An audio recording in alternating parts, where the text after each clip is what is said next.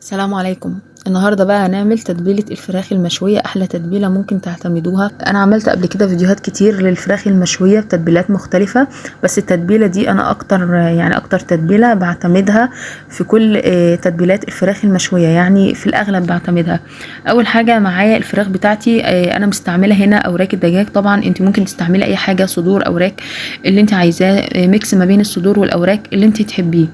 اول حاجه بعملها لازم افتح الفراخ بتاعتي الاوراق كويس علشان التتبيله تدخل جواها. معايا بقى بصل، بصلايه متوسطه، طماطميتين، قرن فلفل يكون كبير.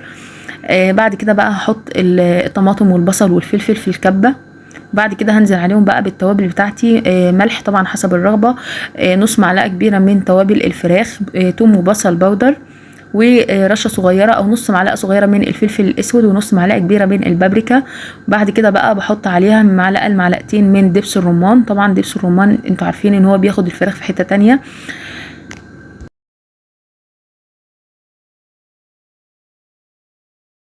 واخر حاجه هنزل عليهم بمعلقه كبيره من الخل، وبعد كده هفرم المكونات دي كلها مع بعضها.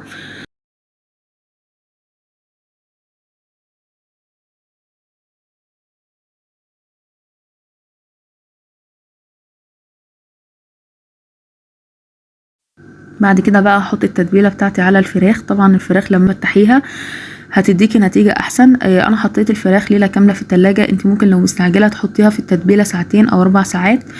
بعد كده بقى هرص الفراخ بتاعتي في الصينية. طبعا يا جماعة انتوا ممكن تحطوا في الصينية طبقة من الخضار، فلفل، بطاطس، جزر، بصل، اي حاجة بتحبوها. انا دهنت الصينية بمعلقة كبيرة من السمنة البلدي.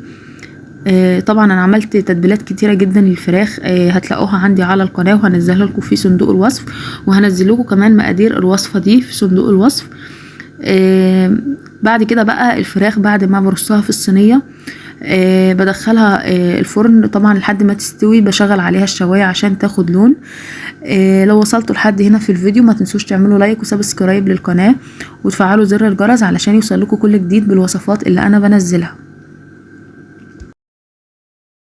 بعد كده بقى بنزل ببقية التتبيلة اللي كانت عندي على الفراخ. طبعا انا خفيتها بكوباية مية علشان الفراخ تكمل التسوية بتاعتها. طبعا الفراخ بتنزل الصوص بتاعها، باخد من الصوص ده بفرشة كده وبدهن الفراخ وهي بتتحمر، هتديكي لون واللمعة اللي انت شايفاها دي بعد ما بشغل عليها الشواية.